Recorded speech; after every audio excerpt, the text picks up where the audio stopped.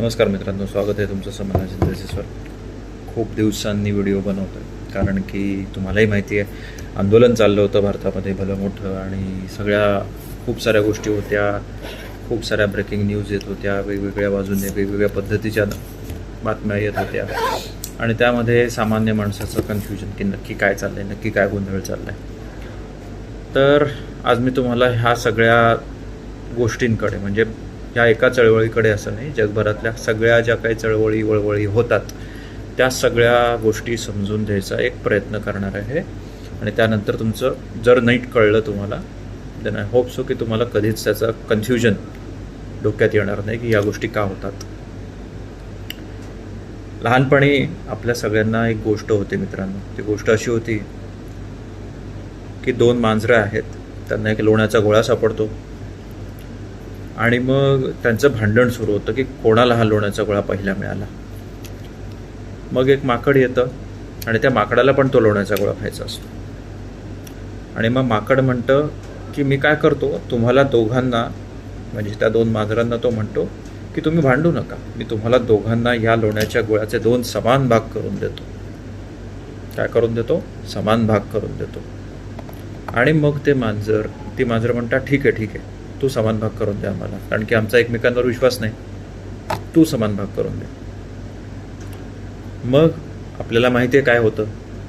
माकड ते लोण्याचा गोळा कसा फस्त करतं, एकदा इकडचं जास्त खातं, 2 भाग करतं, एकदा इकडचं जास्त खातं, एकदा इकडचं जास्त खातं, आणि प्रत्येक वेळी एका मांजराला असं वाटतं की दुसऱ्या मांजराकडे जास्त आहे, मग तो इकडचा खातो, मग इकडचा खातो, आणि शेवटी लोण्याचा गोळा ते माकडच फस्त करतं आणि निघून जातं, आणि ती मांजरं भांडत बसतात आणि शेवटी वैतागतात, शेवटी निराशा होते त्यांची. आता ही गोष्ट का सांगितली तुम्हाला, कारण की काय होतं आहे, लोकांना कळत नाही की हे प्रोटेस्ट म्हणजे काय, हे आंदोलनं म्हणजे काय, ह्या चळवळी कुठल्याही, ज्या शब्दाच्या मागे इझम, वाद असा प्रत्यय लागतो,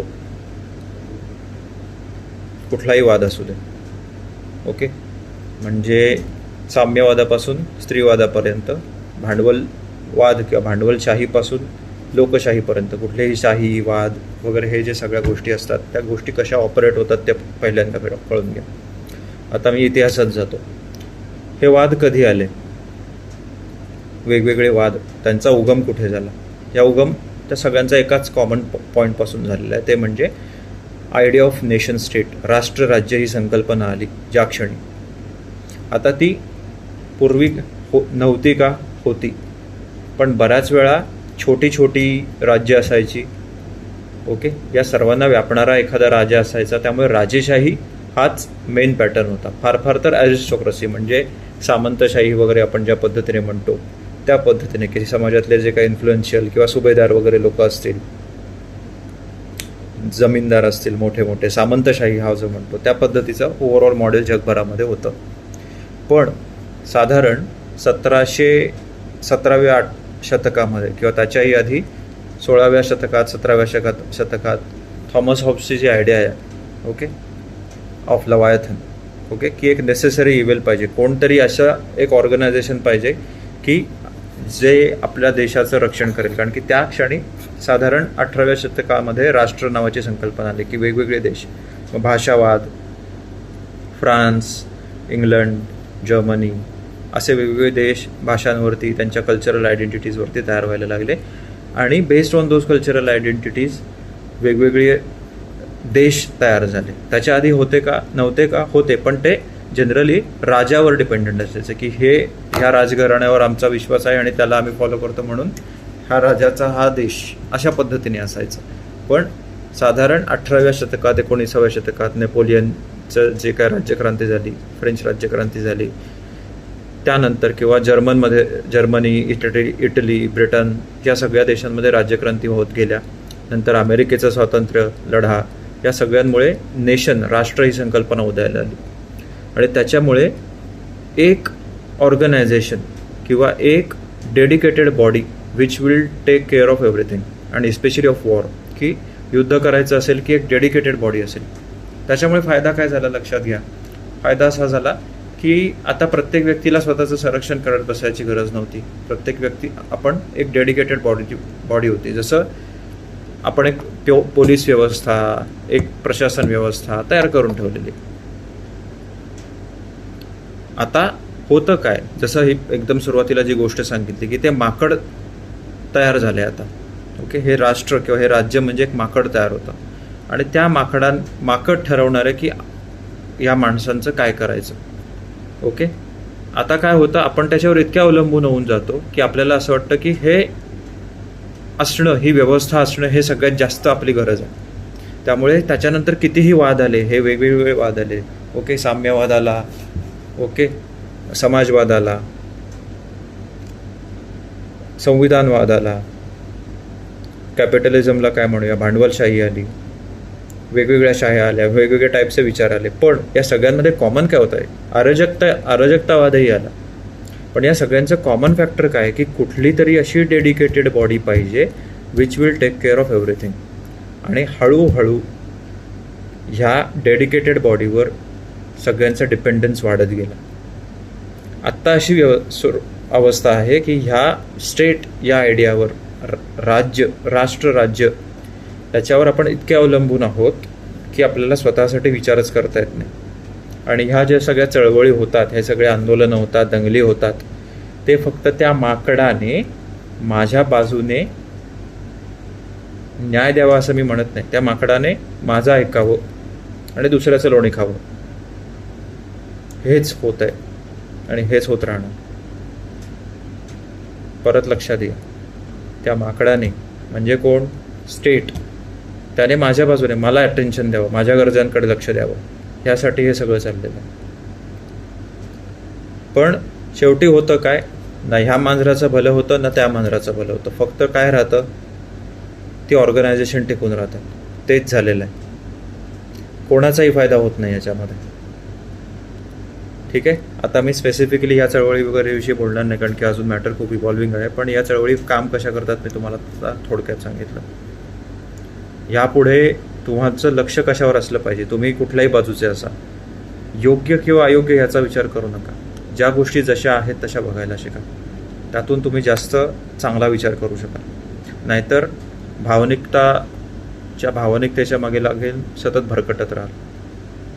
ठीक आहे, आपल्याला समाजामध्ये आपल्या स्वतःवर जबाबदारी घ्यावी लागते. प्रत्येक व्यक्तीने स्वतःवर जबाबदारी घ्यावी लागते. नाहीतर तुम्हाला सतत एका एक्सटर्नल बॉडीची गरज राहते. ओके, तेच आपण जास्त अवलंबून झालेलो आहोत व्यवस्थेवर. आणि जितके आपण जास्त त्या व्यवस्थेवर अवलंबून होऊ तितका जास्त आपलाच तोटा होतो. लक्षात घ्या. म्हणजे आता नीटचाच उदाहरणचा विषय चालला आहे. शिक्षण ही जबाबदारी कोणाची आहे, ती सरकारची आहे का? ह्याचं उत्तर हो सुद्धा आहे आणि नाही सुद्धा आहे. शिक्षण घेणं ही व्यक्तीची स्वतःची जबाबदारी असते. सरकार फक्त तुमच्यासाठी व्यवस्था उभी करू शकते. परत सांगतो, सरकार फक्त व्यवस्था उभी करू शकते. ती नीट चालवणं आणि त्याच्यामध्ये आपल्या समाजाचं भलं करणं ही आपली जबाबदारी. पण आपल्याला ती घ्यायची नाही. आणि म्हणून आपल्याला असं वाटतं की अशी काहीतरी आंदोलनं झाली की सगळी व्यवस्था बदलून जाईल. असं कधीच होत नाही. खूप सारी आंदोलनं झाली, भ्रष्टाचार कमी झाला आहे का? खूप सारी आंदोलनं झाली, अजून व्हायलन्स कमी झाला आहे का? खूप सारी आंदोलनं झाली, पण अजून समाजातल्या काही घटकांवरचा होणारा अत्याचार कमी झाला आहे का? नाही झाला. त्यामुळे विचार करा. या चळवळी आपण व्हावत जातो. आपल्याला असं वाटतं की चला आता न्याय होईल, आता हे होईल, ते होईल. इन द एंड काहीच होत नाही. आणि मग आपल्याला फक्त टेम्पररी सॅटिस्फॅक्शन राहतं. म्हणजे आताचं उदाहरण तुम्हाला सांगतो. जे काही सेंट्रल गव्हर्नमेंटमध्ये जे काही पॉलिटिकल पार्टी आहेत, काही त्याचे समर्थक आहेत, काही त्याचे विरोधक आहेत. आता झालेलं काय आहे की गेले कमीत कमी 3 इलेक्शन्स तरी 2014चे, 2019 आणि 2024 या 3 इलेक्शन्स ती एक XYZ पार्टी जिंकली. आणि जी दुसरी बाजू आहे त्यांना असा जिंकण्याचा आनंद मिळत नाही. मग अशा काहीतरी घटना घडतात ना, त्याच्यामध्ये त्यांना असं भारी वाटतं की चला याला धडा शिकवला. पण त्यातून उपयोग काहीच होणार नाही. कारण की त्याने फक्त तुम्हाला टेम्पररी सॅटिस्फॅक्शन मिळणार आहे, लॉंग टर्म सॅटिस्फॅक्शन नाही मिळणार आहे. त्यामुळे भावनिक होऊ नका. खूप चांगलं तुम्हाला उदाहरण देतो. डॉक्टर बाबासाहेब आंबेडकरांनी नेहमी सांगितलं होतं की संविधानाने दिलेल्या मार्गाने चाला. याचं कारण काय होतं, उपोषणं, आंदोलनं ह्याचे लिमिटेशन्स असतात. साधी गोष्ट आहे, आता सोनम वांगचूकचं प्रोटेस्ट त्याचं उपोषण त्याने मागे घेतलं कारण की व्यक्तीवर लिमिटेशन्स असतात, तुमच्या शरीरावर लिमिटेशन्स आहे. तुम्ही ते आमरण बोलणं सोपं आहे पण ते करणं फार कठीण आहे. इतिहासामध्ये फार थोड्या लोकांनी आमरण उपोषणं केलेली आहेत. मी तुम्हाला नंतर कुठल्या तरी व्हिडिओमध्ये समजावून सांगेन. हे पुस्तक आहे माझ्याकडे, हे उलट दिसत असेल तुम्हाला, नाव वाचून दाखवतो, the Edward Bernays reader from propaganda to engineering of consent. या पुस्तकामध्ये सांगितलेलं आहे की या घटना कशा घडवून आणायच्या असतात, कशा पद्धतीने गोष्टी प्लॅनिंग काय करायचं असतं, सरकार काय केलं पाहिजे वगैरे, या सगळ्या गोष्टी याच्यात दिलेल्या आहेत इन डेप्थ. कधीतरी वेगळ्या व्हिडिओमध्ये सांगेन. आणि हा पॉईंट समजून घ्या, भावनिक होऊन समाजाच्या समस्या सुटत नाहीत. तुम्हाला सगळ्यांशी संवाद साधून, सगळ्यांमध्ये समन्वय साधून तुम्हाला हे प्रॉब्लेम सोडवता येतात. आणि फक्त दुसऱ्या पार्टीला, दुसऱ्यांना त्रास होतोय बघा, आणि हा जो एक आसुरी आनंद जो होतोय काही घटकांना की बघा कसं सरकारला जेरीस आणलं आम्ही, ते टेम्पररी आहे. लक्षात घ्या, सरकारकडे खूप फोर्सेस आणि रिसोर्सेस असतात, त्यांना असल्या चळवळी संपवणं काही कठीण नसतं. पण त्याच्यामागची काही कारणं असतात जे मी आत्ता सांगणार नाही बिकॉज ऑफ सम रिझन्स. कारण की जे सांगितलं की या गोष्टी पहिल्या इव्हॉल्व होऊ देत, मग मी तुम्हाला समजून सांगेन की कसं या गोष्टी केल्या जातात, कशी आंदोलनं थोपवली जातात, कशी ती कंट्रोल केली जातात. ठीक आहे. सो हा आजचा विषय होता. आवडला तर लाईक करा, सबस्क्राईब करा, शेअर करा आणि मित्रपरिचयांना फॉरवर्ड करा. Okay, thank you.